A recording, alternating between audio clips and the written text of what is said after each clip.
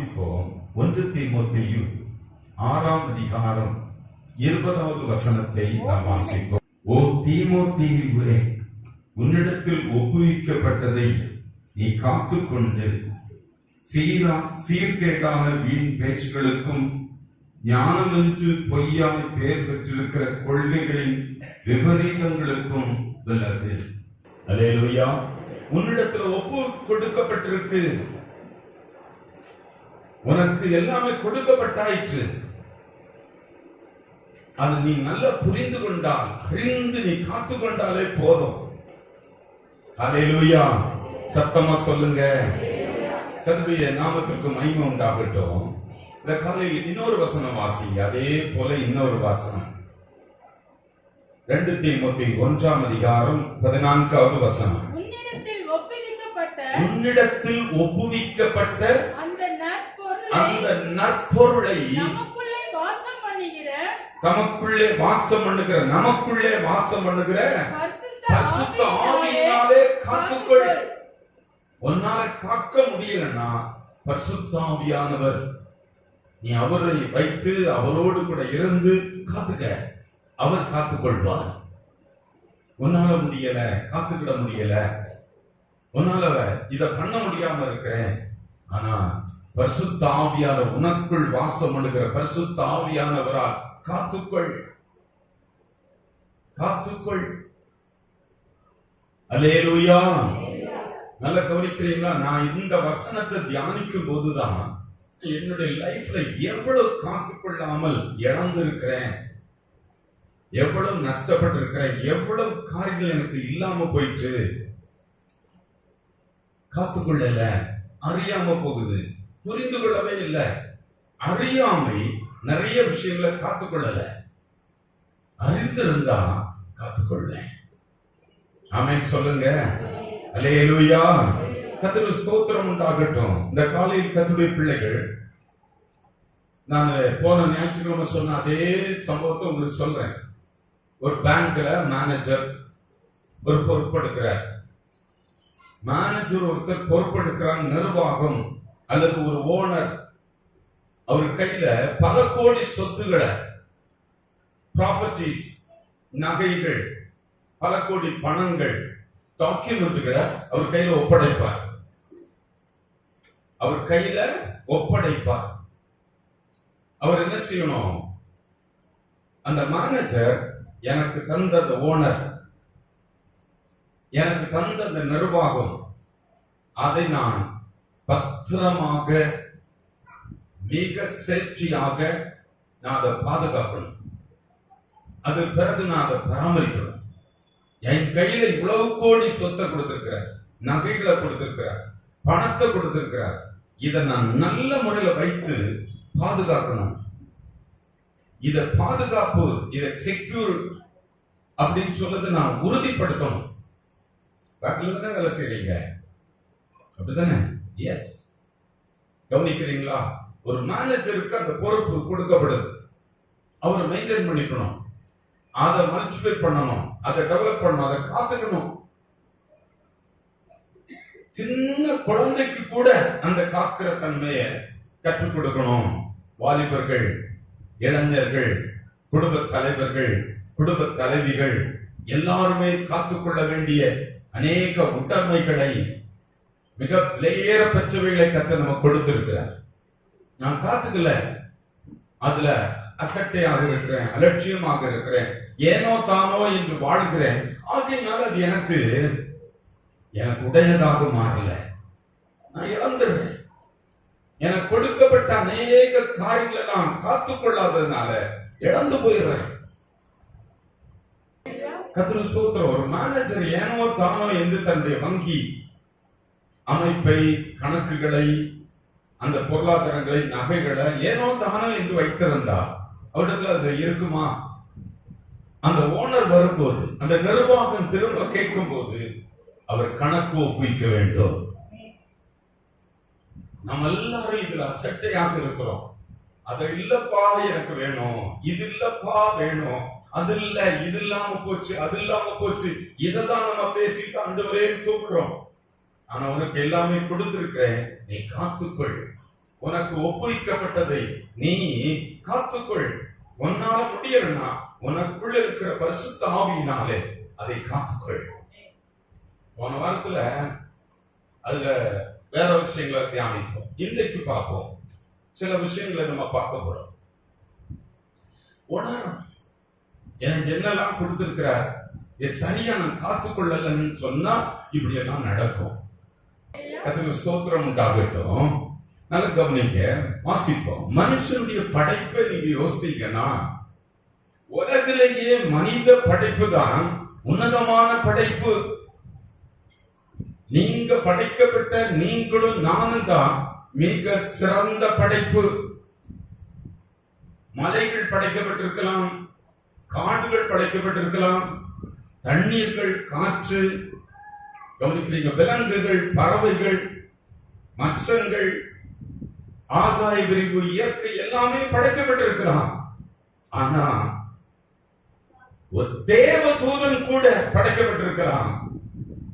உங்களை என்னையும் தேவ தூதனை விட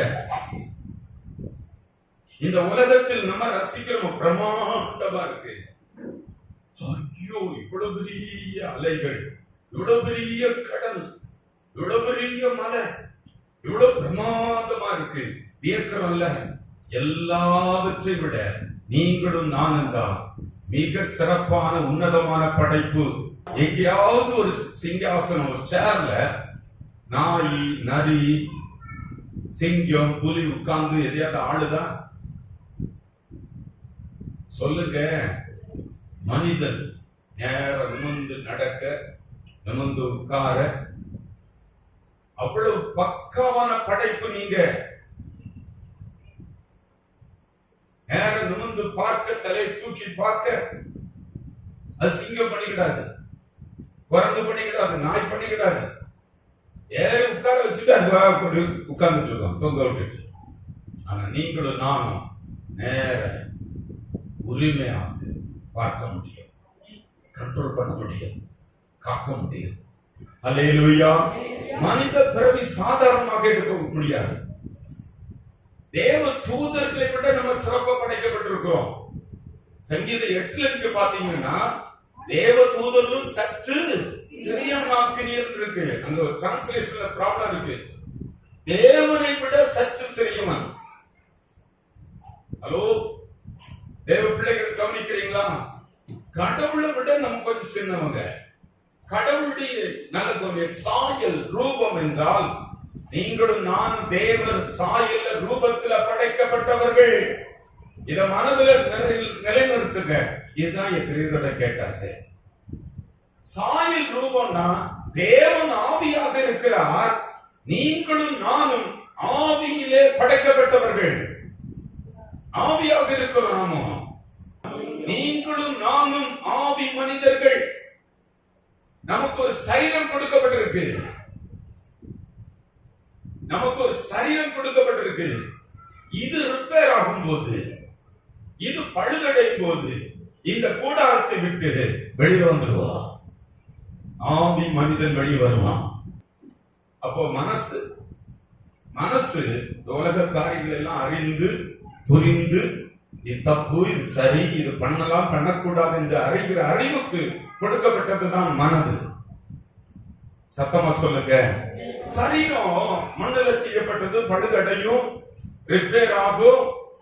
அது கொஞ்ச நாள் ஆன பிறகு இந்த சரீரம் ஒத்து வராது. இதை விட்டு, இந்த தேகத்தை விட்டு பிரிந்து உம்மோடு கூட இருக்கிற நாள் வந்து விடும். நானும் நீங்களும் ஆவி மனிதர்கள். எனக்கு ஒரு சரீரம் கூடாரமா கொடுக்கப்பட்டிருக்கு. இதை நீங்க புரிந்து கொள்ளுங்க. அப்படியானால் சரீரத்துக்கு சாப்பாடு போடணும், உழைக்கணும், நல்ல ரெஸ்ட் எடுக்கணும். ஆவிக்கு சாப்பாடு கொடுக்கணும். அது உங்க சாப்பாடு, என் சாப்பாடு இல்ல. சத்திய வசனம் கொடுக்கணும். வசனம் தான் ஆவிக்குரிய ஆதாரம். நீங்க நல்லா கவனிக்கிறீங்க, ரொம்ப முக்கியம். அவர் என்ன படைச்சிருக்காருன்னா, இப்ப வசனங்கள் வாசிக்க வேண்டாம், நான் சொல்லும் போது வாசிங்க. உபாகமம் 14ஆம் அதிகாரம் 2ஆம் வசனத்துல அவர் சொந்த சம்பத்தாக பொக்கிஷமாக நம்மை படைத்திருக்கிறார். ஒரு சிங்கத்தை பிடிச்சு நீ என் சொந்த சம்பத்து சொத்து இல்ல, ஒரு பெரிய மலை போல இந்த கோல்டு வச்சிருக்கேன் அது என்னுடைய சொத்து சம்பத்துன்னு சொல்லல. நான் பிளாட்டினம் வச்சிருக்கிறேன், நான் வைரங்களை வச்சிருக்கேன், முத்துக்களை வச்சிருக்கிறேன், அது என் சொத்துன்னு சொல்லல. நீங்களும் நானும் அவருடைய சொந்த சம்பத்து சொத்துகள். 1:12 நீங்களும் நானும் அவருக்கு சொந்த பிள்ளைகள். சொந்த பிள்ளைகள், கடவுளுக்கு கர்த்தருடைய சொந்த மகன் சொந்த மகள். இதை விட்டு வெளியே போக கூடாது. 1 பேதுரு 2:9 தெரிந்து கொள்ளப்பட்ட ராஜரீகமான ஆசாரியர்கள். நீங்களும் நானும் தெரிந்து கொள்ளப்பட்ட ராஜரீகமான ஆசாரியர்கள். சகரியா 2:8 அவரது கண்மணிகள். நீங்களும் நானும் அவருடைய கண்மணிகள். அல்லேலூயா. இதை இழந்து வந்திருப்பீங்க, ஐயோ பரிதாபம் வந்திருப்பீங்க. நான் யார் என்பதை இன்னைக்கு உணருங்க. நான் ஆண்டவர் என்னை எப்படி படைத்திருக்கிறார், எப்படி என்னை வைத்திருக்கிறார் என்பதை உணர்ந்தால் போதும், விடுதலைகள் வந்துவிடும். பரிதாபமாக உட்கார்ந்து இருக்கிறேன், மன அழுத்தத்தோடு உட்கார்ந்து இருக்கிறேன். நான் யாரு? ஆண்டவருக்கு யாரு? என்ன ஆண்டவர் எப்படி பார்க்க? இதை நான் புரிந்துட்டேன்னா பெரிய ஜெயம். சங்கீதம் 8:4-5 வாசிப்போம். மனுஷனை நினைப்பதற்கும் மனுஷகுமாரனை விசாரிப்பதற்கும் அவன் எம்மாத்திரம். மனுஷன் என்னப்பா அப்படின்னு அவர் புலம்புறாரு. நீர் அவனை தேவ தூதரிலும் சற்று சிறியவனாக்கி. தேவ தூதர்ல இல்ல, தேவனை விட சற்று சிறியவன். மகிமையினாலும் தனத்தினாலும் நீர் அவனுக்கு மகுடம் சூட்டி இருக்கீங்க, மகிமை அவனுக்கு கொடுத்திருக்கீங்க. இந்த மனிதன் மகிமையோடு படைக்கப்பட்டவன், கனத்தோடு படைக்கப்பட்டவன், மகிமையினால் கனத்தினால் முடிசூட்டப்பட்டவன். நல்ல கவனிங்க, வாசிப்போம். உங்களுக்கு எனக்கும் அவர் சாயலை கொடுத்திருக்கிறார். இன்னொரு இடத்துல நீங்க வாசிக்க. ஏன் வாசிக்க சொல்றேன்னா, தேவ தூதருக்கும் சற்று சிறியவனா.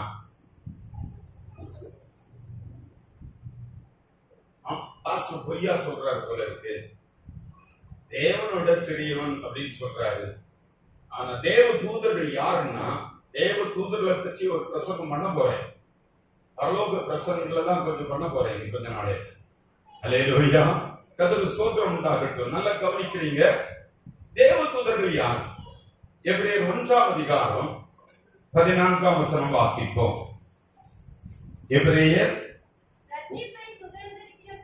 ரட்சிப்பை சுதந்தரிக்க போகிற நிமித்தமாக ஊழியர் செய்யும்படிக்கு அவர்கள் எல்லாரும் அனுப்பப்படும் பணிவிடை ஆவிகள். தேவ தூதர்களை பற்றி சொல்லப்படுது. அவர்கள் ரட்சிக்கப்பட்ட பிள்ளைகளுக்கு பணிவிடை செய்யும்படி படைக்கப்பட்டவர்கள். அப்ப தேவதூதருடைய உதவி நம்ம யாரும் நாடுறது இல்லை. கவனிக்கிறீங்களா? அது ஏகப்பட்டது இருக்கு, கற்றுக் கொடுப்போம். உங்களுக்கு எனக்கும் நீங்க தேவ தூதர்களுக்கு சின்னவங்க இல்ல. தேவ தூதர்கள் உங்களுக்கு எனக்கும் வேலை செய்யும்படி பணிவிடை செய்யும்படி படைக்கப்பட்டவர்கள். கர்த்தருக்கு ஸ்தோத்திரம் உண்டாகட்டும். தேவ தூதர்களுடைய வேலை சிறைகளை திறக்கிறது, கட்டுகளை அவிழ்க்கிறது, தருணி இழுத்து கொண்டு வருது. நீங்க சொன்னா நடக்கும், அதெல்லாம் கற்றுக்கொள்வோம். இன்னைக்கு கவனிக்க, தேவ தூதர்களை விட நீங்க சிறப்பானவர்கள். அவங்களை நீங்க கண்ட்ரோல் பண்ணலாமா? நீங்க அவங்களை பயன்படுத்திக்கலாமா? சத்தமா சொல்லுங்க. உறைஞ்சு உட்கார்ந்துட்டீங்களா? அல்லேலூயா, அல்லேலூயா. காலையில நல்லா கவனிக்கிறீங்க. இப்படிப்பட்ட ஒரு மனிதன் தான் ஏன் இவனுக்கு இப்படி ஆயுசு? இவன் தான் வான மண்டலத்தை கண்ட்ரோல் பண்ணுகிறவன். இவன் தான் பூமி மண்டலத்தை கண்ட்ரோல் பண்ணுகிறவன். இவன் தான் சமுத்திர மண்டலத்தை கண்ட்ரோல் பண்ணுகிறவன். நீங்களும் நானும் வானமண்டலத்தை கண்ட்ரோல் பண்ண முடியும். ஆளும்படி படைக்கப்பட்டவர்கள். பூமி மண்டலத்தை நீங்கள் கண்ட்ரோல் பண்ண முடியும். அப்படி படைக்கப்பட்டவர்கள். சமுத்திர மண்டலத்தை நீங்கள் ஆள முடியும். அதிகாரம் உள்ளவர்கள். ராஜாக்களாக, ராஜாத்திகளாக கர்த்தர் நம்மை படைத்திருக்கிறார். ஹல்லேலூயா. சத்தம். கர்த்தருக்கு ஸ்தோத்திரம் உண்டாகட்டும். ஆனா மனுஷன் இதை இழந்துட்டான். மனுஷன் இழந்துட்டான். நீங்களும் நானும் இழந்த வாழ்க்கை வாழுகிறோம். இப்படி படைக்கப்பட்டிருக்கிறது கதையா இல்ல பைபிள் சொல்றது கதையா இருக்குமா? உண்மையை தவிர வேற எதுவும் சொல்ல. அது 7 தரம் புடமட்டது உருக்கி அப்படி புடமிடப்பட்ட அது சுத்த சொற்கள். கதையே அங்க இருக்காது. பைபிள் ரொம்ப முக்கியம். உங்களை என்ன அப்படி படைத்த இடத்துல இருந்து நம்ம நிறைய விஷயத்த இழந்து போய் உட்கார்ந்து இருக்கோம். வாழ்க்கை அப்படி போயிடுச்சு. இழந்திருக்கிறோம். ஆதியாகமத்துல நீங்க பாத்தீங்கன்னா கர்த்தர் என்ன செய்கிறாரு? ஆதாமை ஏவாளை மண்ணினால எலும்புனால படைக்கிறார். மனுஷனை கனத்தினால மகிமையினால முடிசூட்டினார். கவனிக்கிறீங்களா? மண்ணுல படைக்கிறாரு. உள்ள வைக்கிற பாத்திரம் தான் ரொம்ப முக்கியம். தேவனுடைய ஆவி, சாயல், ரூபம், அவருடைய ஆவிதான் உள்ள வைக்கிறார். அவருடைய ஆவி, நல்லா கவனிக்கிறீங்களா? அவருடைய ஆவியானவர் பேசினா இந்த உலகத்துல எல்லாம் நடக்குது. ஆவியில நீங்க பேச பழகினால் ஆவிக்குரியவர்கள். நீங்க பேசினா இந்த வானமண்டலம், பூமி மண்டலம், சமுத்திர மண்டலம் அது கேட்டு பதில் கொடுக்கும். சொல்லுங்க, ஆவிக்குரியவர்கள். 2ஆம் அதிகாரம் ஆதியாகமம் 7ஆம் வசனத்தை படிங்க. தேவனாகிய கர்த்தர் மனுஷனை பூமியின் மண்ணினாலே உருவாக்கி ஜீவ சுவாசத்தை அவன் நாசியிலே ஊதினார். மனுஷன் ஜீவாத்மாவானான். கவனிக்கிறீங்களா? ஜீவாத்மா, தேவ சாயல், தேவ ரூபம் அவனுடையவனாக மாறுறான். பாடி மட்டும்தான் மண்ணு. உள்ள இருக்கிற தேவனை போல சற்று சிறியவனாய் படைக்கப்பட்டவர்கள். இப்படிப்பட்டவன் அவனை கொண்டு போய் எங்க வைக்கிறார் பாருங்க. 8வது வசனம். தேவனாகிய கர்த்தர் ஏதேன் என்னும் ஒரு தோட்டத்தை உண்டாக்கி தாம் உருவாக்கின மனுஷனை அதிலே வைத்தார். தேவனாகிய கர்த்தர் பார்வைக்கு அழகும் புசிப்புக்கும் நல்லதுமான சகலவித விருட்சங்களையும் தோட்டத்தின் நடுவே ஜீவ விருட்சத்தையும் நன்மை தீமை அறியத்தக்க விருட்சத்தையும் பூமியிலிருந்து முளைக்கப்பட்டார். கர்த்தருக்கு ஸ்தோத்திரம். தோட்டம் சொல்றது இங்க ஆதாம் ஏவாளுடைய வீடு. முதல்ல கர்த்தர் கொடுத்த வீடு ஏதேன் தோட்டம். ஆமென் சொல்லுங்க. அங்க கர்த்தர் பாத்தீங்கன்னா 3ஆம் அதிகாரம் 8ஆம் வசனத்துல பகலில் குளிர்ச்சியான வேளைகள்ல தோட்டத்தில் உலாவுகிற தேவனாகிய கர்த்தர் ஒவ்வொரு நாளும் ஆதாம் ஏவாளுடைய வீட்டுல வந்து உலாவுகிற தேவன். ஆதாம் ஏவாளுடைய வீட்டில் உலாவுகிற கர்த்தர், தேவனாய் கர்த்தர் பகலில் குளிர்ச்சியான நேரத்துல வீட்டுல உலாவுகிறார்.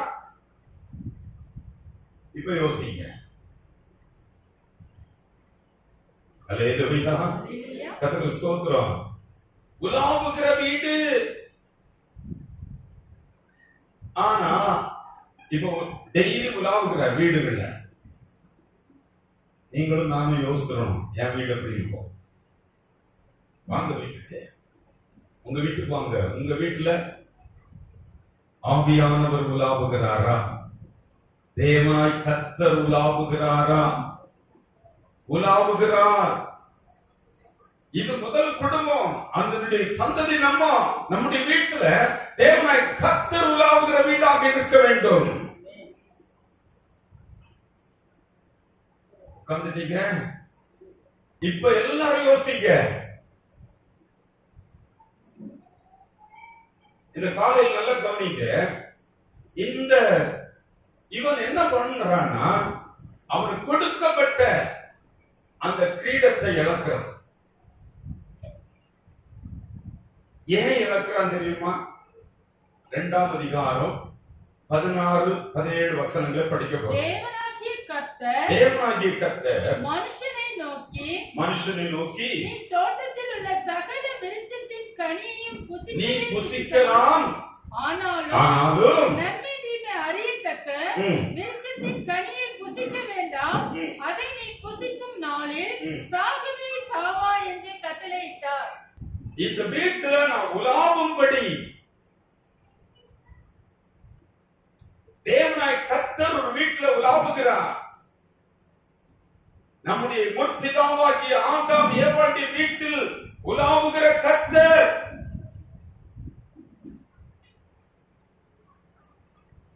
யோசிச்சு பாருங்க, வீட்டுல கர்த்தர் உலாவுகிற வீடாக இருக்கார்.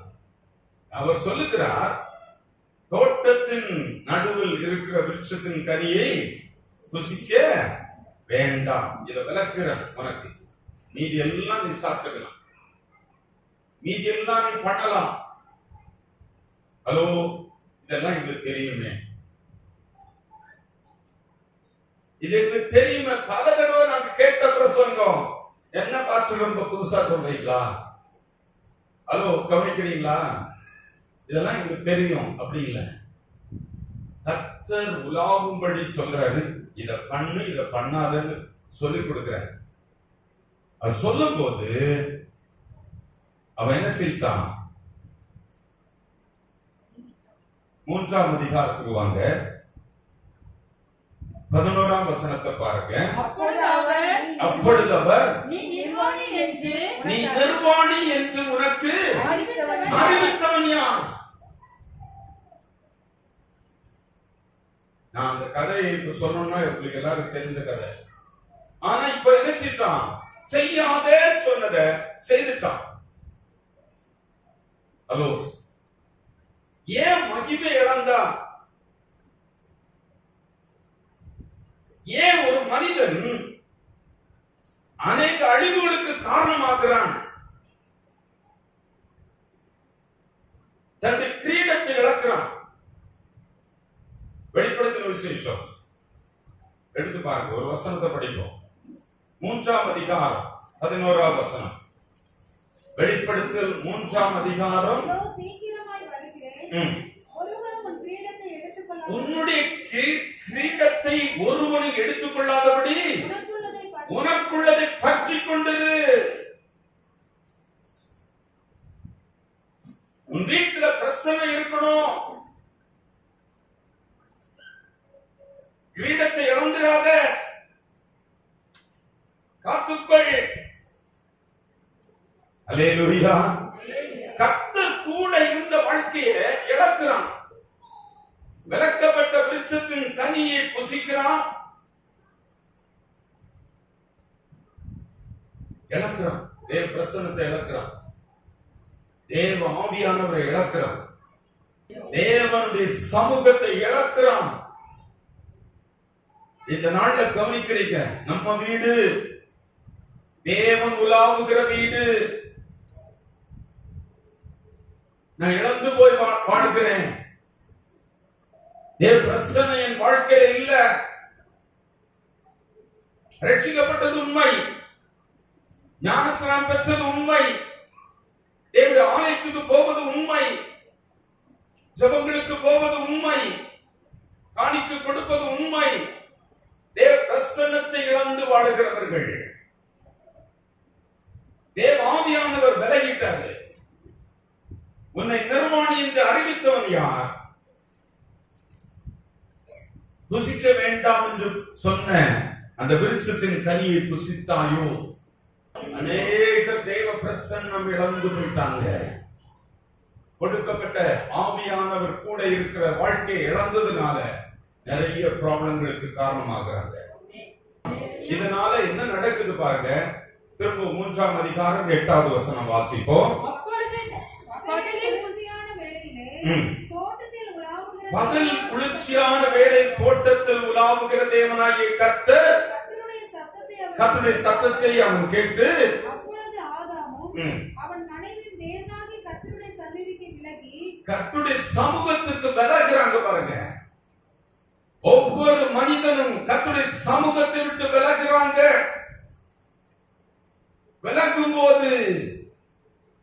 விலகும் போது ஒரு மகன் ஒரு மகள், மகிமையினால் கனத்தினால் முடிசூட்டப்பட்ட மகள் வெற்றியாக வாழும்படி வான மண்டலத்தை, பூமி மண்டலத்தை, சமுத்திர மண்டலத்தை ஆளக்கூடியவனாய் படைக்கப்பட்டவன். தேவ தூதர்கள் கூட நம்ம கட்டளையிட முடியும். அப்படிப்பட்ட ஒரு உன்னதமான படைப்பு நிறைந்த மகன் தேவ சமூகத்தை விட்டு விலகிறான். தேவ சமூகத்தை விட்டு விலகுகிற ஒரு குழந்தை, ஒரு வாலிபன், ஒரு குடும்ப தலைவர், குடும்ப தலைவி தேவ பிரசன்னத்தை விட்டு விலகும் போது மகிமை இழந்துருவோம், கிரீடத்தை இழந்துருவோம். சத்தமா சொல்லுங்க. அநேகர் இழந்து போயிட்டாங்க. கர்த்தருடைய சமூகத்தை விட்டு விலகுற காரணம் பயப்படுறான், வெட்கப்படுறான், அவன் சில ஒளிந்து கொள்கிறான். குற்ற உணர்வு தாக்குது. குற்ற உணர்வு நிர்வாணின்னு சொல்லி காட்டுது. சத்தமா சொல்லுங்க. நல்லா கவனிங்க. 10 பேர் இருக்காங்க, 20 பேர் இருக்காங்க, 2 பேர் இருக்காங்க, 5 பேர் இருக்காங்க. அவங்க நடுவுல நான் மட்டும் நான் காத்துக்கணும். யார பற்றி நான் கவலைப்படக்கூடாது. இந்த உலகம் எனக்கு ஒரு டார்ச்சர் பண்ணுது, என்ன வேதனைப்படுத்துது, இவங்க அவங்க, இதற்காக அல்ல. நான் தேவனுடைய பிரசன்னத்தை இழக்கக்கூடாது. சத்தமா சொல்லுங்க. தேவன் விரும்புகிற அந்த வாழ்க்கைக்குள் நாம் நடக்க வேண்டும், வாழ வேண்டும். தேவனுடைய ஆவி இழக்க கூடாது, தேவ பிரசன்னத்தை இழக்க கூடாது. சத்தமா சொல்லுங்க. உம்மை பிரிந்து வாழ முடியாதையா ஏசையா, ஏசையா. ஒரு நிமிஷம் எழுந்திருப்போமா? எல்லாம் கொஞ்சம் வைங்க, பைபிள் எல்லாம் வைங்க. சிரமம் தான், அழகா செட் பண்ணி உட்காந்துட்டோம். கொஞ்சம் எழுதுங்க. எல்லாரும் கவனிக்கிறீங்களா? இந்த காலையில பிரசன்னம் எனக்கு வேணும். ஏன் நான் பலப்படல, நான் ஏன் கட்டல, எனக்கு காரியங்கள் நடக்கல, என் வீடு பிரசன்னத்தை இழந்த வீடாக இருக்கு.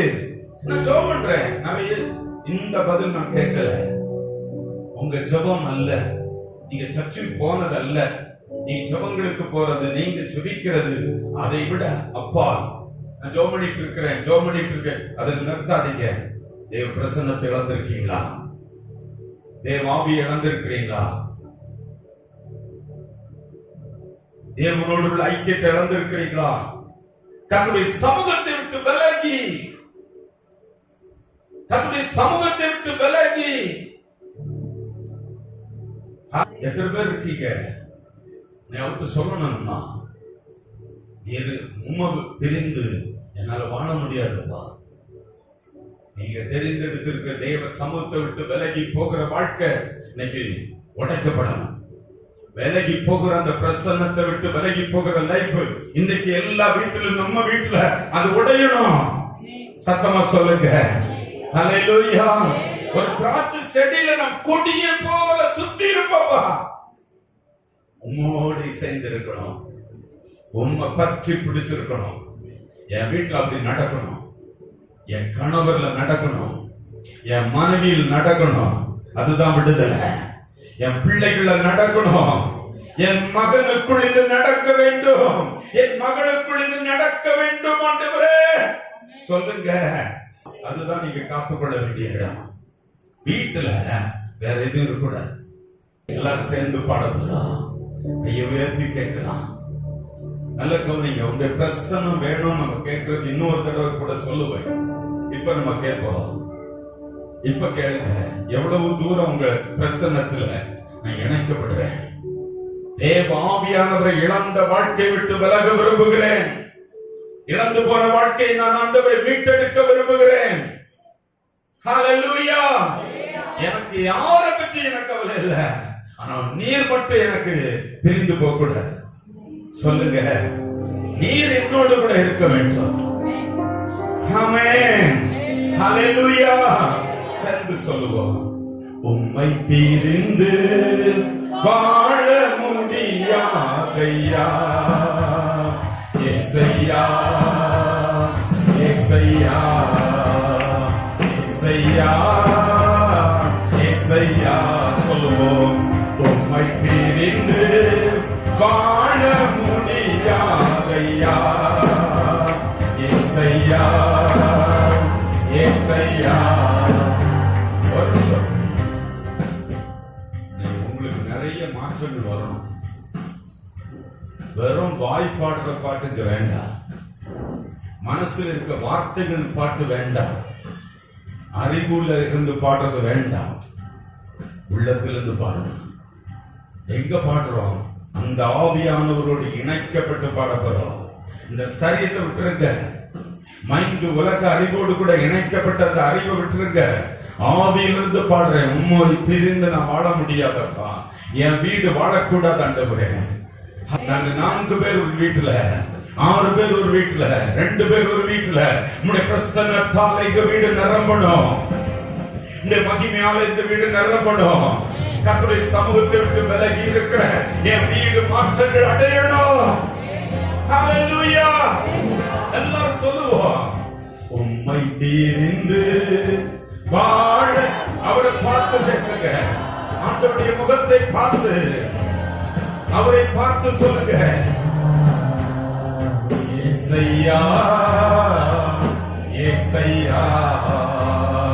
உம்மை பிரிந்து வாழ முடியாதையா ஏசையா ஏசையா ஏசையா ஏசையா.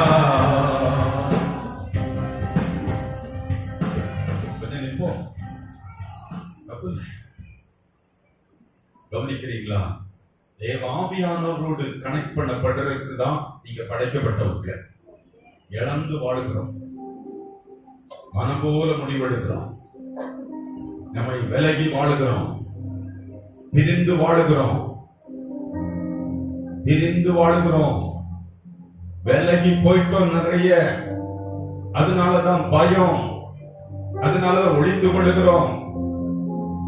அதனாலதான் பல விஷயங்கள் நமக்கு என்னது? வெட்கம், தலகுனிவு, குற்ற உணர்வுகள், சரீரத்துல பாதிப்பு, வீடுகள்ல பாதிப்பு, தொழில்கள்ல பாதிப்பு, பிள்ளைகள் வாழ்க்கையில பாதிப்பு. உங்க விட்டு தூரம் போயிட்டேன். விலகி போயிட்டான். உலாவ வருகிற கர்த்தரை விட்டு விலகி தூரமாய் போயிட்டான். ஒளிச்சு கொண்டான். ஹலோ, விலகிட்டீங்களா? என் வீட்டுல விலகி இருக்கா இல்லையா? என் வீட்டுல ஆவியான உலாவுகிறாரா இல்லையா? வீடு புதிய வீடா இருக்கட்டும், பழைய வீடா இருக்கட்டும், வாடகை வீடா இருக்கட்டும், சொந்த வீடா இருக்கட்டும், என் வீட்டுல என் கணவருக்குள்ள ஒரு உலாவணும். என் மனைவிக்குள்ள ஒரு உலாவணும். என் பிள்ளைகளுக்குள்ள அவர் உலாவணும். என் மகனுக்குள்ள, மருமகளுக்குள்ள, என் பிள்ளைகளுக்குள்ள உலாவணும். சொல்லுங்க. ஆண்டவரே, என் குடும்பத்துக்காக நிற்கிறேன். எல்லாரும் கரங்களை உயர்த்தி கேட்போம். உம்மை பிரிந்து வாழ முடியாதையா ஏசையா ஏசையா ஏசையா ஏசையா. திராட்சை செடியின் கொடியாக உம்மில் நிலைத்திருப்பேன். திராட்சை செடியின் கொடியாக உம்மில் நிலைத்திருப்பேன்.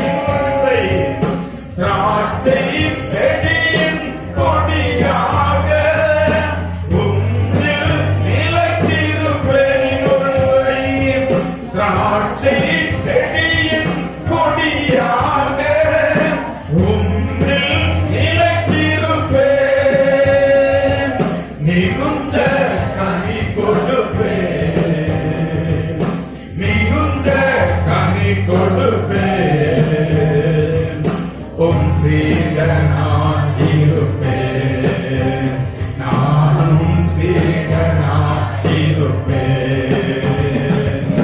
உம்மை பிரிந்து வாழ முடியாதையா, இசையா இசையா. எல்லாரும் குரல் எழுப்பி இசையா, உம்மை பிரிந்து வாழ முடியாதையா, இசையா இசையா இசையா இசையா.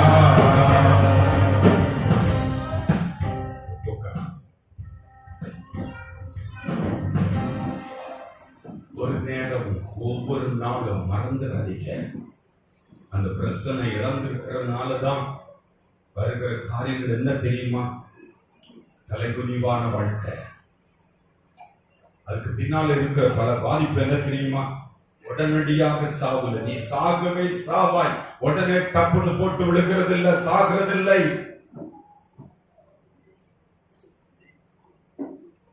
நீ சத்தியத்தின்படி, வேத வசனத்தின்படி, ஜீவனுள்ள தேவனுடைய ஆவியோடு கனெக்ட் பண்ணப்பட்ட வாழ்க்கை இழக்காமல் இருந்தால் தைரியமாக நில்லு.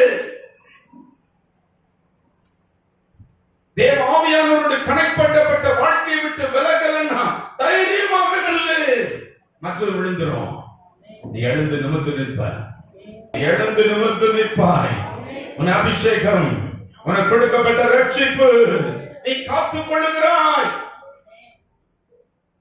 காலையில் அருமையானது விழுந்து போயிருக்கிறேன், விலகி போயிட்டோம், எங்க வீடு மாறிடுச்சு, அந்த பிரசன்னம் போயிடுச்சு, தேவ ஆவியோடுள்ள கனெக்ஷன் போயிடுச்சு.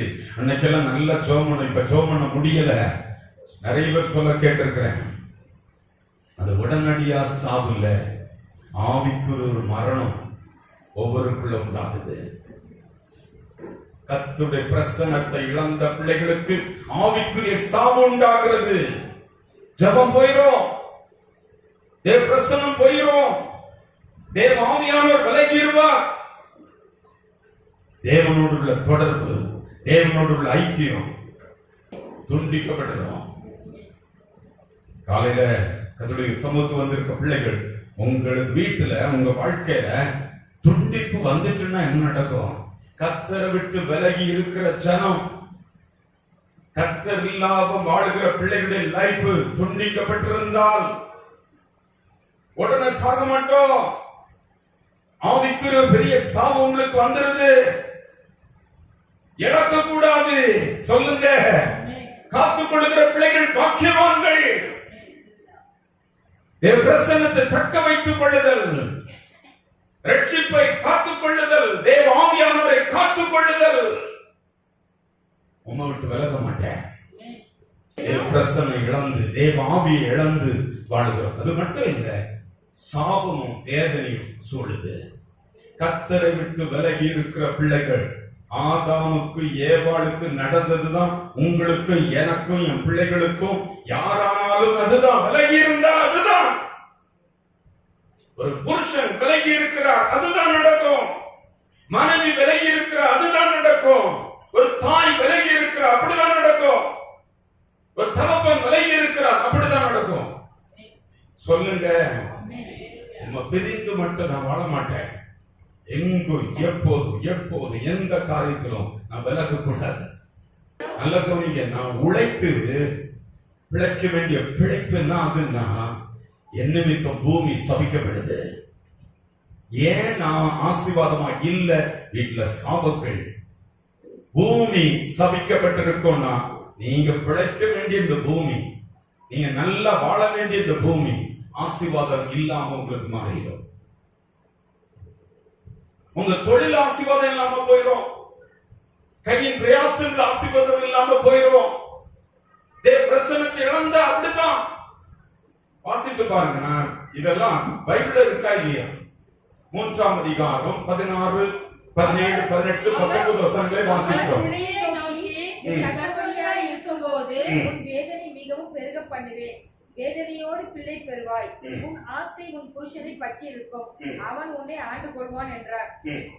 பின்பு அவர் ஆதாமை நோக்கி, நீ உன் மனைவியின் வார்த்தைக்கு செவி கொடுத்து புசிக்க வேண்டாம் என்று நான் உனக்கு விளக்கின விருட்சத்தின் கனியை புசித்தபடினாலே பூமி உன் நிமித்தம் கவனிக்கிறீங்களா? தேவ பிரசன்னம் விலகினா பரவாயில்ல, நான் இஷ்டம் போல எப்படியோ வாழலாம்.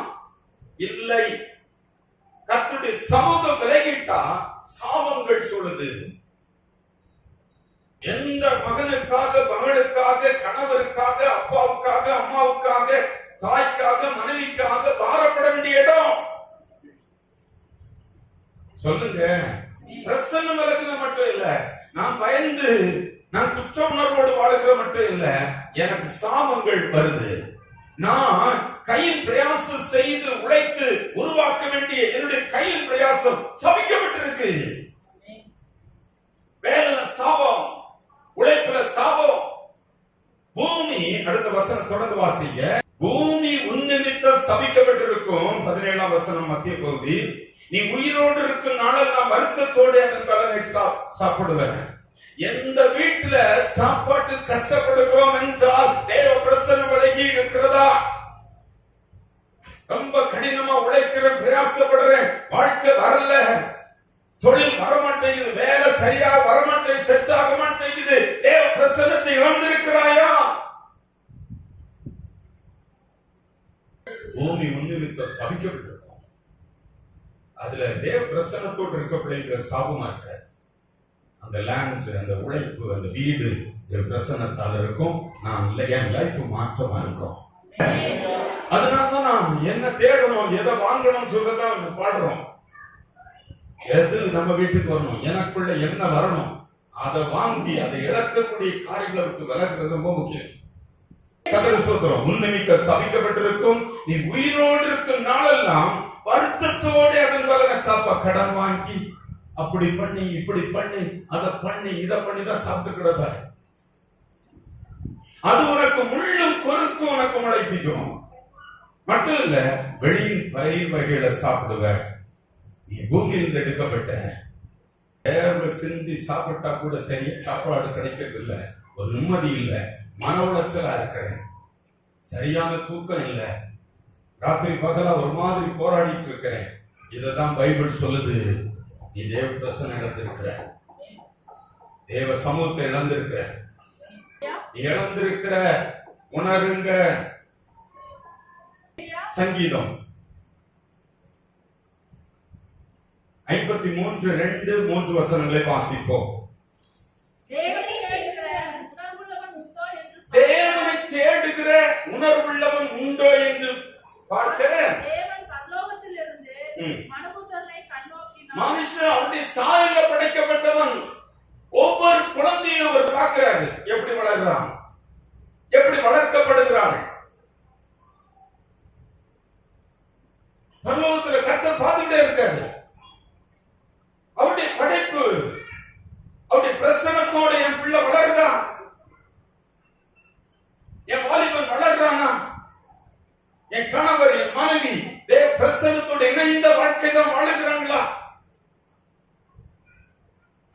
தேவன் என்ன செய்யற தேடுறாரு.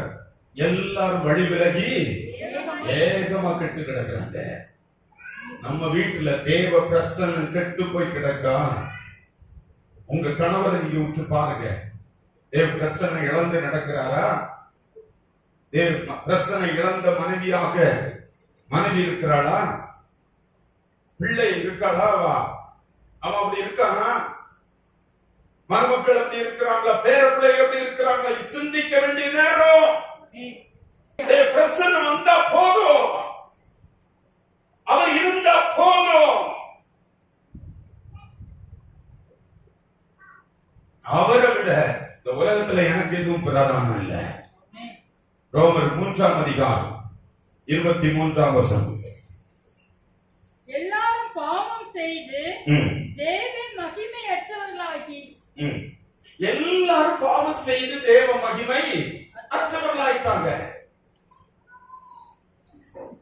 இன்னொரு வசனம் வாசிப்போம். 1 ராஜாக்கள் 8ஆம் அதிகாரம் 46வது வசனம்.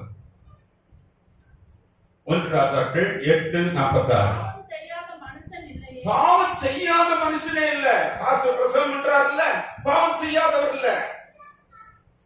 மனுஷன் அப்படி கிடையாது. மனுஷன் பாவம் செய்யாதவன் இல்ல. ஹலோ, பாவம் செய்யல, என்ன தப்பு இருக்கு? வீட்டுக்காரர் தான் சரியில்லை. என்கிட்ட என்ன தப்பு இருக்கு? எங்க அம்மா சரியில்லை, எங்க அப்பா சரியில்லை. ஹலோ, எங்க அவங்க சரியில்லை, இவங்க சரியில்லை. கவனிக்கிறீங்களா? உங்க முகத்தை நான் பார்த்திருக்கேன்னு எத்தனை பேர் சொல்ல முடியும்? 1-2 பேர் தான் கை தூக்குறீங்க. முகம் பார்த்தது இல்லையா? நான் என் முகத்தை பார்த்தது இல்லைங்க.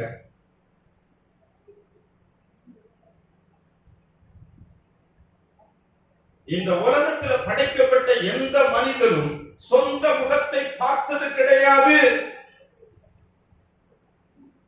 நான் உங்க முகத்தை பார்க்கலாம், நீங்க என் முகத்தை பார்க்கலாம். என் முகத்தை நானே பார்க்க முடியாது. சொல்லுங்க, எல்லாரும் சொல்லுங்க. எனக்கு என்ன தேவை? ஒரு கண்ணாடி தேவை. கண்ணாடியை பார்த்தாதான் என் முகம் தெரியும். சத்தமா சொல்லுங்க. என் முகத்தை நான் பார்த்திருக்கேன்னா கண்ணாடியில பார்த்ததுனால. அதுபோல சங்கீதம் 19:12 சொல்லுகிறது. 12-13 படிப்போம். சங்கீதம் 19:12-13. தன் பிள்ளைகளை உணர்கிறவன் யார்? மறைவான குற்றங்களுக்கு என்னை நீங்களாக்கும். துணிகரமான பாவம் பாவத்திற்கு என்னை விலக்கிக்காம். அவைகள் என்னை ஆண்டு கொள்ள விட்டாது. கவனிக்கிறீங்களா? துணிகரமான பாவம். நல்ல கவனிங்க. தன் பிள்ளை இருக்குன்னு யாருக்குமே தெரியாது. எனக்கு இப்படி பண்ணிட்டான், எனக்கு அவ அப்படி பண்றா. நல்ல கவனிங்க. தன் பிள்ளையை உணர்கிறவன் யார்? அவன் சரியில்லை, அவன் அப்படி பண்ணனாலதான் நான் இப்படி ஆயிட்டேன். எனக்கு என்னை இப்படி பண்ணிட்டான், என் புருஷன் இப்படி பண்றான், என் மனைவி இப்படி பண்றா, பக்கத்துல என் அண்ணன், என் தம்பி, என் சொந்தக்காரங்க, எங்க அம்மா, எங்க அப்பா இப்படி பண்றாங்க. அதான் தெரியும். என் ஃப்ரெண்டு, என் கூட வேலை பார்க்கறவங்க, இவங்க பண்றாங்க, அவங்க பண்றாங்க, இவங்க எல்லாம் இப்படி பண்றதா என் கண்ணுக்கு தெரியும். எனக்கு பிள்ளை என்னன்னு உணர மாட்டோம். சொல்லுங்க, சத்தமா சொல்லுங்க. என் பிழைய உணர்றதுக்கு ஒரே ஒரு கண்ணாடி இந்த வேத புத்தகம் தான். சத்தமா சொல்லுங்க. இந்த உலகத்துல ஒரே ஒரு முகம் பார்க்கிற கண்ணாடியை போல என் இருதயத்தை காட்டி கொடுக்கிற உன்னிடத்தில் இருக்க குறை, உன் பெருமை, உன் ஆணவம், உன்னுடைய சுவாபம், உன்னுடைய பழக்கம், பேச்சு, உன் நடக்க, உன் செயல் உனக்கு தெரியல, ஆனா மத்தவங்களுக்கு தெரியும். இவ இப்படி பண்ணிட்டு இருக்கா, இவ இப்படி பண்றது சரியில்லை, இவ பேச்சு சரியில்லை, இவ நடக்க சரியில்லை, இவ செயல் சரியில்லை, இவ பண்றது சரியில்லை. இது மத்தவங்களுக்கு தெரியும், ஆனா பைபிள் எனக்குரியதை காட்டி கொடுக்கும். ஹல்லேலூயா, ஹல்லேலூயா. பைபிளுக்கு இணங்காதவர்கள், கீழ்ப்படியாதவர்களுக்கு தன் குறைகள் தெரியவே தெரியாது. காலையில் நல்லா கவனிக்கிறீங்களா? வேத புத்தகம் ஒரு பெரிய இருதயத்தை காட்டி கொடுக்கிற கண்ணாடி. இந்த உலகத்துல எந்த புத்தகமும் கிடையாது, எந்த கண்ணாடி கிடையாது உங்க தப்புகளை காட்டி கொடுக்கக்கூடிய. நான் நல்லா பண்றேன், என் மகன் தான் சரியில்லை, என் மகள் சரியில்லைங்க, அவளுக்கா நல்ல ஜெபம் பண்ணுங்க. ஹலோ, என் பையனுக்கு நல்லா ஜெபம் பண்ணுங்க, என் புருஷனுக்கா ஜெபம் பண்ணுங்க. நான் ரொம்ப சூப்பர்மேன். ஹலோ, கவனிக்கிறீங்களா? எங்க பாஸ்டர்கா ஜெபம் பண்ணுங்க, அவர் சரியில்லை, நான் ரொம்ப சூப்பர்மேன்.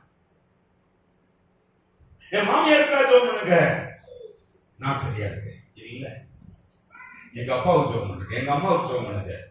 ஹலோ, என்னுடைய மிஸ்டேக் இருக்கு என்று உணர்ந்தா மட்டும் போதும், நான் தாழ்த்த ஆரம்பிச்சுடுவேன், நான் கீழே விட ஆரம்பிச்சுடுவேன். ஆண்டவருடைய ஆவியை பிரசன்னத்தை பெறறதுக்கு ரொம்ப முக்கியம். நிறைய விஷயங்களை சொல்ல முடியும். சவுல் பிரசன்னத்தை இழந்து பதவி இழந்து தள்ளப்பட்டான். கவனிக்கிறீங்களா? சவுல் ராஜா, அபிஷேகம் பண்ணப்பட்டவன், ரட்சிக்கப்பட்ட பிள்ளைங்க நிறைய பேர் ஏன் கீழே விழுந்து கிடக்கிறாங்க? கர்த்தருடைய ஆவி இழந்துட்டாங்க. கர்த்தர் அவனை விட்டு விலகினார்.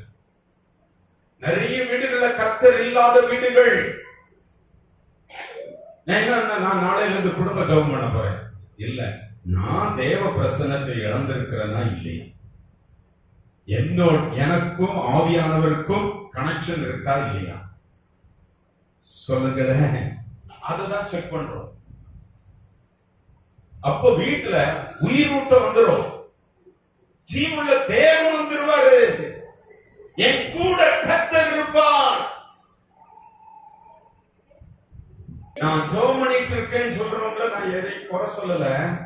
ஜெபம் பண்ணிட்டு இருக்கேன், பிரசனை இழந்து வாயில மட்டும் பேசிட்டு இருக்கீங்களா? ஆவியானவரோடு இணைந்து ஜெபம் பண்றீங்களா? ஹலோ? விலகாத மேகம் நீர், முன் செல்லும் மேகம் நீர். விலகாத மேகம் நீர், முன் செல்லும் மேகம் நீர். நல்லா கவனிக்கிறீங்களா? என்னை விட்டு விலகி இருக்கு. என் வீட்டுல கவனிக்கிறீங்க, சாபம், சபிக்கப்பட்டு பிரச்சனையும் கண்ணீரும் வேதனையும் நிரம்பி இருக்கு. அப்ப நான் தேட வேண்டியது தேவ பிரசன்னம் எனக்கு வேணும், தேவ ஆவியானவர் எனக்கு வேணும். அவரோடு இணைந்து இருந்தால் நான் கட்ட முடியும். என் வீட்டில் இருக்க பாழாகுது, அப்பதான் விலகும். ஒவ்வொரு நாளும் ஒவ்வொரு செகண்டும் தேவ பிரசன்னத்தை தேடுகிறது ரொம்ப முக்கியம். அங்கங்க செக் பண்ணிடணும். பாலை செக் பண்ற மாதிரி, தண்ணியா கெட்டிப்பாலா? ஹலோ? செக் பண்ணிடணும். நான் பிரசன்ன விலகி இருக்கிறேன், என் காரியம் நடக்கல. எனக்கு கவனிக்கிறீங்களா? தேவ பிரசன்னத்தை இழந்திருக்கிறேன். செக் பண்ணிக்கணும். என்ன நான் செக் பண்ணிக்கணும்? நான் பேசுனது சரியா? நான் நடந்துக்கிட்டது சரியா? தேவ பிரசன்னத்தோடு நான் பேசுறேனா? தேவ பிரசன்னத்தோடு நடக்கிறேனா? தேவ பிரசன்னத்தோடு வேலை பார்க்கிறேனா? தேவ பிரசன்னத்தோடு குடும்பம் நடத்துகிறேனா? அந்த இடத்துக்கு நீங்க வளர்ந்துட்டீங்கன்னா விலகாத மேகம் உங்களோடு கூட இருக்கும், முன் செல்கிற மேகம் உங்களோடு கூட இருக்கும். மிக முக்கியம், மிக முக்கியம். காலையில் நல்லா கவனிக்கிறீங்க, ரொம்ப முக்கியமா. எங்க வீட்டுக்கு பிரசன்னம் வந்துச்சு, உங்களுக்குள்ள தேவ பிரசன்னம் வந்துச்சுன்னா லைஃப் வேறையா நடத்தப்படும். 2 சாமுவேல் 5ஆம் அதிகாரம் 10வது வசனத்தை வாசிப்போம். தாவீது நாளுக்கு நாள் விருத்தி அடைந்தான். சேனைகளின் தேவனாய் கர்த்தர் அவனோட கூட இருந்தார். பிரசன்னம் கூட இருக்கிறவன், சேனைகளின் தேவனாய் கர்த்தர் கூட இருக்கிற ஒரு நபர் நாளுக்கு நாள் நாளுக்கு நாள் விருத்தி அடைவான், பலப்படுவான், கட்டப்படுவான். தேவ பிரசன்னத்தை விட்டு விலக்குகிற எந்த நிகழ்ச்சியிலும் நான் கலந்து கொள்ள மாட்டேன். தேவ பிரசன்னம் என்னை விட்டு இழக்கப்படுகிற எந்த செயலுக்குள்ளும் நான் நடமாட மாட்டேன், விலகுறேன். எனக்கு விலகாத ஒரு மேகம் என் கூட இருக்கணும், முன் செல்கிற ஒரு மேகம் எனக்கு இருக்கணும். தேவ பிரசன்னத்தை இழந்து வாழ்கிற தேவ பிள்ளையே, உங்க வீட்டுக்கு உங்க குடும்பத்திற்கு தேவ பிரசன்னம் வேணும். உங்க கையின் பிரயாசத்துக்கு வேணும், உங்க பிள்ளைகளுக்கு வேணும், உங்களுக்கு வேணும். ஒரு சம்பவத்துல நம்ம பார்த்து ஜெபிக்க போறோம். யாத்திராகமத்தின் புத்தகம் 33ஆம் அதிகாரத்துக்கு வருவோம். யாத்திராகமம் 33ஆம் அதிகாரம் 11ஆம் வசனம் படிப்போம். ஒருவன் தன் சிநேகிதனோட பேசுவது போல கர்த்தர் மோசேயோட முகமுகமாய் பேசினார். பின்பு அவன் பாளையத்துக்கு திரும்பினான். போதும், கவனிக்கிறீங்களா? ஒருவன் தன் சிநேகிதனோடு பேசுவது போல கர்த்தர் மோசேயோடு கூட பேசினார். மோசே கர்த்தரோடு கூட பேசுகிறான். எவ்வளவு க்ளோஸ் ரிலேஷன்ஷிப் பாருங்க. சிநேகிதன்ட்ட என்ன பேசுவோம்? நையாண்டி, நக்கல், கிண்டல், வேண்டாதது, ஊர் கட்ட கண்ட கடிதெல்லாம் சிநேகிதன்ட்ட பேசுவோம். ஆனா கர்த்தரும் மோசையும் எப்படி பேசியிருப்பான்? பரிசுத்தமான காரியங்களை, விசுவாசமான காரியங்களை. அல்லேலூயா. நான் சிநேகிதன்ட்ட என்ன பேசுவேன் யோசித்து பாருங்க.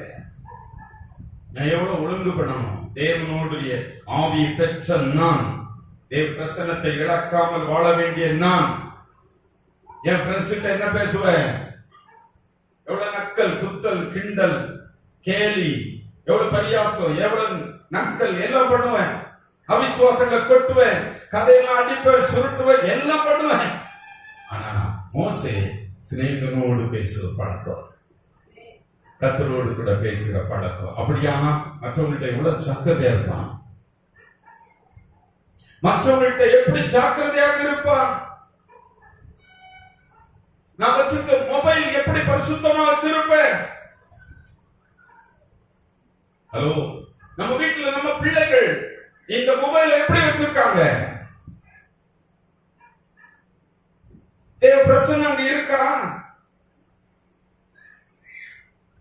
உங்க கணவர்கிட்ட இருக்குமா? உங்க மனைவிட்ட இருக்குமா? உங்க பிள்ளைகிட்ட இருக்குமா? மகள்கிட்ட, மருமகன்கிட்ட, மகளுக்கிட்ட இருக்குமா? இந்த மொபைல் அசுத்தமானதை தேடுது. மொபைல்ல நான் ஃப்ரெண்ட்ஸா உட்கார்ந்து இருக்கிறேன், அசிங்கமானதெல்லாம் உட்கார்ந்து இருக்கு, அருவருப்போட வாழுகிறேன். கர்த்தர் அங்க விலகி இருக்காரு, அங்கதான் சாபம். கர்த்தருடைய சத்தம் கேட்டு அவ விலகி தேவ சமூகத்தை விட்டு விலகி ஓடுறான். தேவ பிரசன்னத்தை விட்டு விலக விலக விலக நம்ம வீட்டுல தான், நமக்கு தான் அடிகளும் காயங்களும் பிரச்சனைகளும். அல்லேலூயா. கர்த்தருக்கு ஸ்தோத்திரம். பாருங்க, மோசே சொல்றாரு, ஆண்டவரே 12ஆம் வசனம், முகமுகமாய் மோசேட்ட பேசினவரு இப்ப சொல்றார். மோசே கர்த்தரை நோக்கி, தேவரீர் இந்த ஜனங்களை அழைத்துக் கொண்டு போ என்று சொன்னீர். ஆகிலும் என்னோடு கூட யாரை அனுப்புவேன் என்பதை எனக்கு நீர் அறிவிக்கவில்லை. என்றாலும் உன்னை பெயர் சொல்லி அழைத்து அறிந்திருக்கிறேன் என்றும் என் கண்களில் உனக்கு கிருபை கிடைத்தது என்றும் தேவரே சொன்னதுண்டு.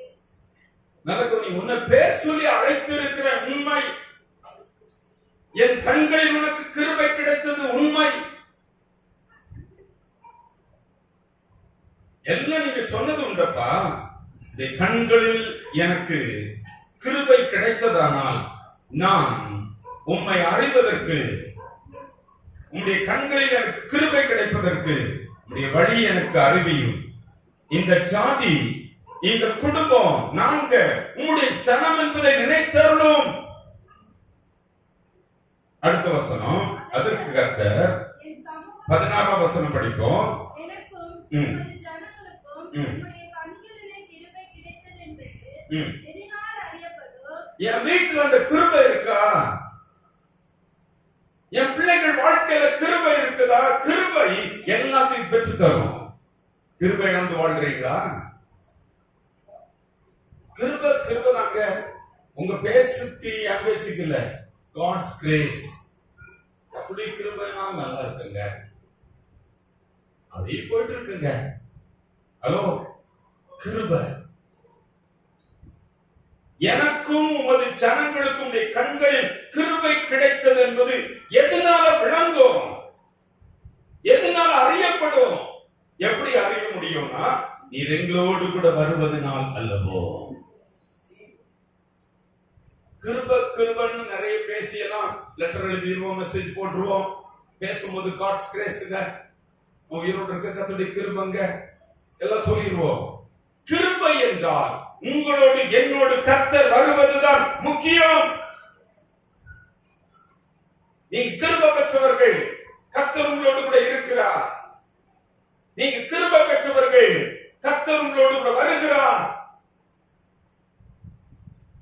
ஆமென் சொல்லுங்களேன். நீர் எங்களோடு வருவதனால் அல்லவோ இப்படியே பூமியில் உள்ள ஜனங்கள் எல்லாரும், நானும் உடைய ஜனங்களும் விசேஷித்தவர்கள் என்று விளங்கப்படும். அப்பதான் வித்தியாசம் தெரியும். என் வீட்டுக்கும் பக்கத்து வீட்டுல ஆண்டவர் அறியாமல் தேவ பிரசன்னம் இல்லாமல் வாழ்கிறவர்களுக்கும் எனக்கு ஒரு வித்தியாசம். கர்த்தர் என்னோடு கூட இருப்பது. ஆண்டவருடைய பிள்ளை, என்னோட அந்த அபிஷேகம் இருக்கு, எனக்குள்ள அந்த வழிநடத்தல் இருக்கு, என்னோடு கர்த்தருடைய ஆவி இருக்கிறார், எனக்கு கிருபை இருக்குன்னா தேவ ஆவி என்னோடு கூட இருக்கு. சத்தமா சொல்லுங்க ஹல்லேலூயா. காலையில யோசித்து பாருங்க, கிருபை இழந்து வாழுகிறோமா? கிருபை இழந்துட்டோமா? கிருபை இருக்குன்னா தேவ பிரசன்னம் இருக்கு, தேவ ஆவியானவர் அங்க இருக்காரு. ஆமென் சொல்லுவோமா? உங்க லைஃப விட்டு, உங்களை விட்டு பிரிக்க முடியாத ஒரு நபராக கர்த்தர் உங்களோடு கூட இருக்கணும். அந்த பிரிக்கிற எந்த காரியத்தையும் உதறி தள்ளப்படணும். எந்த காரியமா இருக்கட்டும், யாராக இருக்கட்டும், எந்த நபராக இருக்கட்டும், எனக்கும் ஆண்டவருக்கும் உள்ள அந்த பிணைப்பை இது கெடுத்து போடும். செத்த ஈக்கள் பரிமள தைலத்தை கெடுத்து நார பண்ணும். வாசித்து பாருங்க, பிரசங்கி 10:1 வாசிங்க. செத்த ஈக்கள் தைலக்காரனுடைய பரிமள தைலத்தை நாரி கெடுத்து கெட்டு போக பண்ணும்.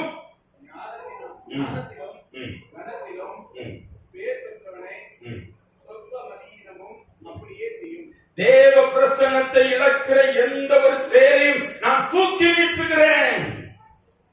என் மைண்டுக்குள்ள அது பிக்ஸ் ஆகியிருக்கு, புரோகிராம் பண்ணப்பட்டிருக்கு. இயேசுவின் நாமத்தில் இந்த களையை கொடுக்குகிறேன், இந்த நிலத்தை சுத்தமாக்குகிறேன், என் மனதின் நிலத்தை சுத்தமாக்குகிறேன், என் இருதய நிலத்தை சுத்தமாக்குகிறேன். ஹல்லேலூயா. சுத்தம் பண்ணி பாருங்க. ஒரு பாத்திரத்தை சுத்தம் பண்ணின பிறகுதான் சாப்பாடே போட முடியும். சுத்தம் இல்லாத பாத்திரத்துல சாப்பாடு கொடுத்தா எத்தனை பேர் சாப்பிடுவீங்க? நேற்றுக்கு டீ கடையில போட்ட டீ, அத பாத்திரத்துல குடிச்ச கப்போட நம்ம கண்ணு முன்னால அந்த டீயை நமக்கு ஊத்துறான், குடிச்சிருவீங்களா? நேற்றுள்ள பாத்திரத்தை கழுவவே இல்லை, இந்த கப் அப்படியே இருக்கு, அந்த டீ கரையோட இருக்கு, அதுல திரும்ப ஊத்துறான். பாத்தீங்கன்னா அருவருப்பார். ஹலோ, உங்க இருதய பாத்திரம் சுத்தமானால், உங்க மன பாத்திரம் சுத்தமானால், சுத்தம் பண்ணணும், அது உங்க கடமை. அதெல்லாம் எதெல்லாம் தூக்கி வெளியே போடணுமோ போட்டே ஆகணும். உங்க நல்ல கவனிங்க, நம்ம உலகத்துல வாழ்றோம், நம்முடைய கண்கள்ல, காதுகள்ல, மனதுல ஏகப்பட்ட காரியங்கள் ஓடிட்டே இருக்கும். அதை பார்க்கிறோம், இதை பார்க்கிறோம், அவளை பார்க்கிறோம், இவளை பார்க்கிறோம், அந்த வேலை, இந்த வேலை, உலகத்துல அதை பிளான் பண்ணும், இதை பிளான் பண்ணும், ஏகப்பட்டது நம்ம மைண்ட்ல ஓடிட்டே இருக்கோம். பரிசுத்த ஆவியான தங்குபடியாக தேவ பிரசன்னம் உங்களுக்குள் தங்குபடியாக இந்த மற்ற உலக காரியங்கள் எல்லாம் கிளியர் பண்ணி வெளியே தள்ளணும். தேவையான நடக்கணும், தேவையான செய்யணும், தேவையற்றதை வெளியே தள்ளுனீங்கன்னா அந்த பாத்திரம் சுத்தமாகுது. உங்களுடைய முயற்சியில இருக்கு, இது என்ன கெடுத்து போடுது, என் லைஃப பாழாக்குது, இந்த செயல், இந்த நடக்கை, இந்த பேச்சு, இந்த கூற்று, இந்த விதமான காரியம் என்னை விட்டு விலகணும் சொல்லுங்க. அப்பதான் அவர் உள்ள வர முடியும். இவங்க உட்கார்ந்திருக்க இந்த மாதிரி ஒரு நபராக உட்கார்ந்திருக்க நபரோடு கர்த்தருடைய ஆவியானவர் தங்குவதில்லை, அவர் வர்றதில்லை. பாடிட்டு இருக்கலாம், பாட்டுதான் போட முடியும். ஒரு நேரம் வாங்கிட்டேன், அபிஷேகம் கிடைச்சுங்க, அது பிறகு அவரு விலகி போயிட்டார்.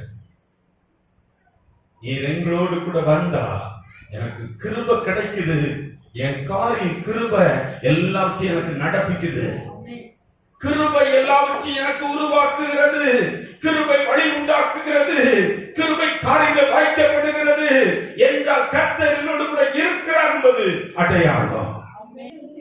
கவனிக்கிறேன், என் பேச்சுல எது இருக்கணும்? தேவையெல்லாம் நிறைய இருக்குல்ல, சுத்தமாயிட்டுன்னா அவர் உள்ள வந்திருப்பார், கலந்திருப்பார். என் சிந்தனை, செயல் எல்லாமே கிருபை நிறைந்துதான் மாறும். நான் பிளான் பண்ற காரியம் ஒர்க் அவுட் ஆகும். எனக்கு காரியங்கள் அற்புதமா நடக்கும். கிருபை எனக்கு எல்லாவற்றையும் பெற்று தரும். எல்லாவற்றையும் பெற்று தரும். கிருபை எல்லாவற்றையும் எனக்கு உருவாக்கும். கிருபை இழந்து வாழுகிறீங்களா? மகிமை இழந்து வாழுகிறீங்களா? பிரசன்னை இழந்து வாழுகிறீங்களா? என் பேச்சுல இனிமேல் நான் இங்க சுத்தம் பண்ணிடுவேன். என் மைண்டு சுத்தம் இல்லாதனால பேச்சு இப்படி இருக்கு. என் இருதயம் சுத்தம் இல்லாதனால என் நடவடிக்கை இப்படி இருக்கு. சுத்தம் பண்ணிடுறேன். இதெல்லாம் கரெக்ட் பண்ணுவேன். ஒழுங்கு பண்ணி என் கூட விலகாத ஒருவர் என் கூட இருக்கணும். என் கூட அவர் இருக்கணும். ஆமென் சொல்லுவோமா? நீ விலகி போகிற அந்த விலகாத மாட்டேன். கர்த்தருக்கு ஸ்தோத்திரம் உண்டாகட்டும்.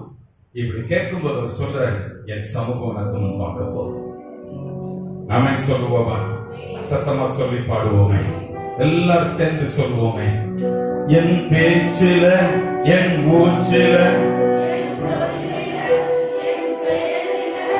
கலந்திருக்கீங்க.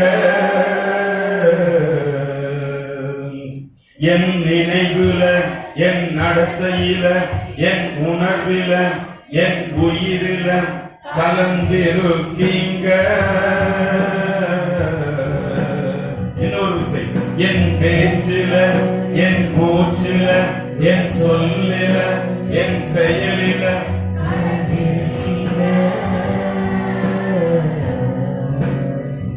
என் நினைவில என் நடத்தையில என் உணர்வில என் உயிரில கலந்திருக்கீங்க. ஒரு நிமிஷம். அப்படி பாடுறதுக்கு தான் தெரியுமே தவிர இணைஞ்சிருக்காரு. ஆவியான உள்ள வந்து இருக்காரா? அவரோட இணைஞ்சு இந்த பாட்டை பாட முடியுமா? கலந்து இருக்கிறார். என் உணர்வோட கலந்து இருக்கிறார். நான் உணர்ந்து உட்கார்ந்தேன்னா தேவ பிரசன்னத்தை உணர்றேன். நான் ஜெபிக்க உட்கார்ந்தேன்னா தேவ பிரசன்னத்தோடு இருக்கிறேன். ஆவியானோடு நானும் கனெக்ட் பண்ணப்படுகிறேன். இந்த இடத்துல பெரிய மாற்றத்தை கத்த உண்டு பண்ண விரும்புகிறேன். மிகப்பெரிய ஒரு மாறுதலை ஆவியான இந்த இடத்துல நமக்கு எல்லா நடுவில் உண்டாக்க விரும்புகிறார். ஹல்லேலூயா. என் லைஃப் கட்டப்படணும்னு தானே வந்திருக்கோம். என் வீட்டுல பெரிய பெரிய மாற்றம் வரணும்னு தானே விரும்புகிறோம். எனக்கு என்ன நடக்கணுமோ இந்த இடத்துல நான் முதல்ல ஒப்பு கொடுக்கிறேன். என் நல்ல கவனிங்க, எல்லாரும் துணி துவைக்கிறவங்க தான். ஒரு வாரமா போட்ட துணிய திரும்ப திரும்ப போட மாட்டோம். நல்லா போட்டா ஒரு நாள் 2 நாள் 3ஆம் நாள் போடுங்கன்னா என்ன செய்யறோம்? சொல்லுங்க.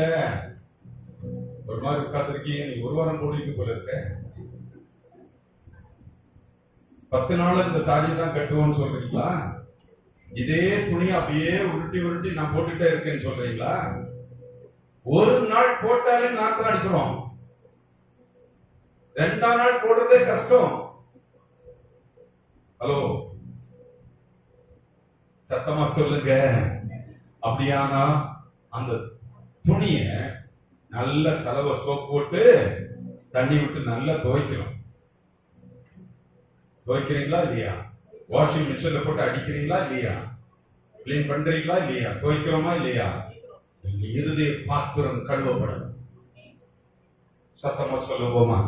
இருதய பாத்திரம் கழுவப்பட்டால் தான் சுத்தமாகும். ஹல்லேலூயா. கர்த்தருக்கு ஸ்தோத்திரம் உண்டாக. கழுவப்படணும், சுத்தமாகணும்.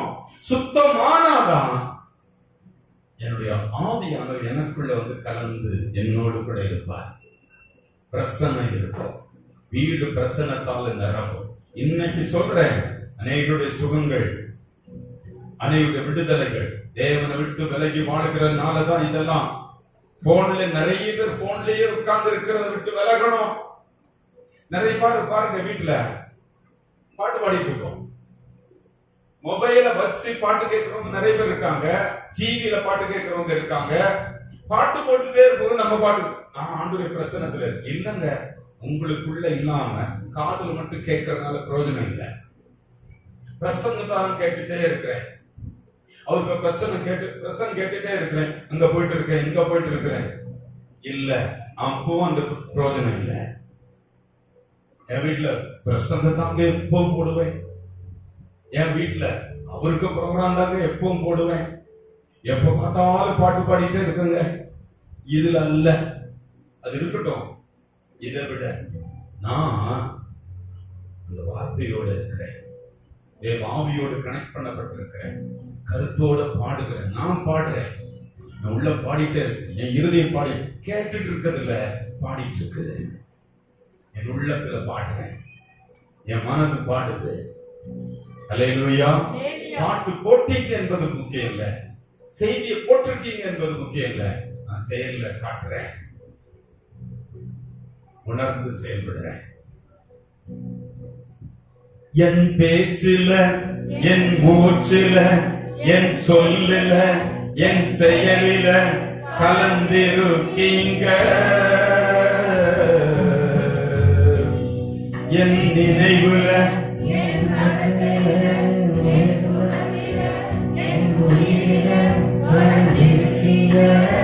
இன்னொரு செச்சரோமை என்னோட இருக்கிறார்.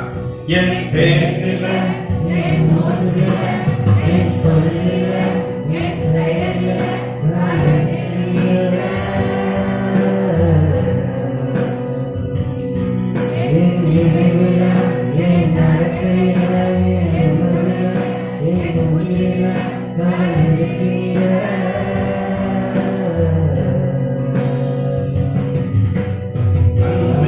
ஆவியானவரே, இறையேற பெற்றவரே, என்னை ஆளும் பரிசுத்தரே, நன்றி ஐயா. சொல்லுவோம். அன்பின் ஆவியானவரே, இறையேற பெற்றவரே, என்னை ஆளும் பரிசுத்தரே, நன்றி ஐயா.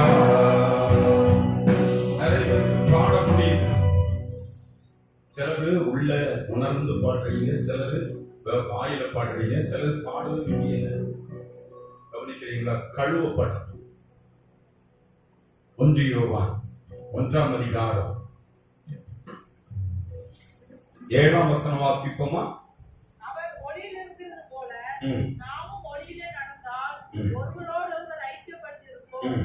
அவருடைய குமாரனாகிய இயேசு கிறிஸ்துவின் ரத்தம் சகல பாவங்களை நீக்கி நம்மை சுத்திகரிக்கும்.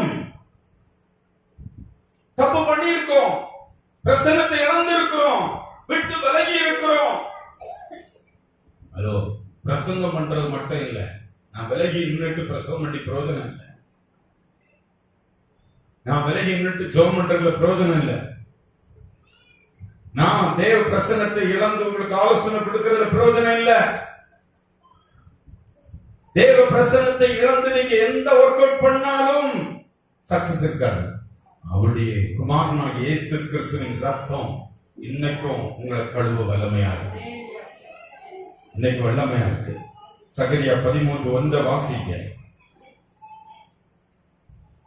உங்க வீடு இன்னைக்கு கழுவப்படுது. உங்க பிள்ளைகளை கர்த்தர் கழுவுகிறார், உங்க கணவரை கர்த்தர் கழுவுகிறார். உங்க வீட்டுல யாராக இருக்கட்டும், தேவ பிரசன்னத்தை இழந்த பிள்ளைகளுடைய மைண்ட, மனதை, இருதயத்தை கர்த்தர் கழுவி சுத்தமாக்குகிறார். பகை உணர்வோடு, வெறுப்புணர்வோடு எதிரியாக வாழுகிற யாராக இருந்தாலும் அந்த பாவத்தின் கட்டு அவிழ்க்கப்படுகிறது. அங்க சாபம் உள்ள போகக்கூடாது. என் பிள்ளைகள் வீடு, என் குடும்பம், அங்க சாபம் போகக்கூடாது. இன்னைக்கு கழுவுங்கப்பா. வாசிங்க 13:1. பாவத்தையும் அழுக்கையும் நீக்க தாவீதின் குடும்பத்தாருக்கும் எருசலேமின் குடிகளுக்கும் திறக்கப்பட்ட ஒரு ஊற்று உண்டாயிருக்கும். திறக்கப்பட்ட ஒரு ஊற்று, பாவத்தையும் அழுக்கை கழுவக்கூடிய திறக்கப்பட்ட ஒரே ஒரு ஊற்று, தேவகுமாரனாகிய இயேசு கிறிஸ்துவின் ரத்தத்தின் ஊற்று. கழுவணும், கழுவணும். மிகப்பெரிய ஒரு நதி ஊற்று புறப்பட்டு வருது. இன்னைக்கு வீட்டை கழுவட்டோம், எங்க மைண்டுல கழுவட்டோப்பா. நாங்க சுத்தமாகணும். சுத்தமாயிட்டுனா ஆவியான ஊற்றப்படுவார். ஊற்றப்படுவார். உங்களோடு கூட தங்கி இருப்பார். உங்களோடு கூட தங்கி இருப்பார். உங்களை விட்டு விலகவே மாட்டார். உங்களை கைவிடவும் மாட்டார். உங்களை கிருபை உங்களுக்கு கூட இருக்கும். எல்லா நன்மையும் பெற்று தர ஆரம்பிக்கும். கிருபை எல்லா நன்மையும் உங்களுக்கு உண்டாக்கும். நீங்க வாழ்கிற இடங்கள்ல, வீடுகள்ல, பிள்ளைகள் வாழ்க்கையில கிருபை சூழ்ந்து கொள்ளும். சிறு கிருபை. அந்நாளிலே பாவத்தையும் அக்கிரமத்தையும் கழுவ திறக்கப்பட்ட ஒரு ஊற்று, ஒரு நதி. இன்றைக்கு இந்த இடத்தில் வந்த பிள்ளைகள் வீட்டுல யார் யாருக்காக செபிக்க விரும்புகிறீர்களோ அவருடைய பாவத்தையும் அக்கிரமத்தையும் கழுவி சுத்தமாக்கும். ஊற்றுங்கப்பா எங்க மேல, ஆவியை ஊற்றுங்க என்று கேட்டா ஆவியான ஊற்றப்படுவார், மாற்றங்கள் வரும். நல்ல கவனிங்க, ரத்தத்தின் வல்லமை எவ்வளவு பெரிய மலையா இருந்தாலும் அது உடைஞ்சு போயிடும். உள்ள கடினமாக இருக்கு, பாவத்தின் கூர்ல வாழுகிறான், அவ அப்படி இருக்கிறா, இவ இப்படி இருக்கிறா. நீங்க உங்களுக்குள்ள பரிசுத்தாவியை பெறுவது மிக முக்கியம். உங்க வீட்டாருக்கு பரிசுத்தாவி வழிநடத்தல் உங்களுக்கு முக்கியம். ஹல்லேலூயா. அந்த பெரிய மலைக்குள்ள உட்கார்ந்து இருக்கிறான், பெரிய கட்டுகளோடு இருக்கிறான். அப்படியெல்லாம் நீங்க வச்சிருக்கீங்கனாலும் இயேசு ரத்தம் நதியாக என் கணவருக்குள்ள ஊற்றப்படட்டும், என் மனைவிக்குள்ள ஊற்றப்படட்டும், எங்க அம்மாவுக்குள்ள ஊற்றப்படட்டும், எங்க அப்பாவுக்குள்ள ஊற்றப்படட்டும், எங்க பிள்ளைகளுக்குள்ள ஊற்றப்படட்டும் என்று ஜெபித்து பாருங்க. அது உள்ள போய் உங்க விசுவாசம் வேலை செய்யுதுன்னா உள்ள போய் பாவத்தையும் அழுக்கையும் அக்கிரமங்களையும் கழுவி சுத்தமாக்கி பெரிய மலை போல நிக்கிறவங்க பனி போல மாறி விடுவார்கள். பெரிய அசைவு உண்டாகும், விடுதலை உண்டாகும், வழிநடத்தல் உண்டாகும், காரியங்கள் புதிதாய் மாறும். ஆமென் சொல்லுவோமா? அல்லேலூயா. இந்த காலையில் நம்ம எல்லாரும் ஜெபம் பண்ண போறோம். எழுந்திருக்க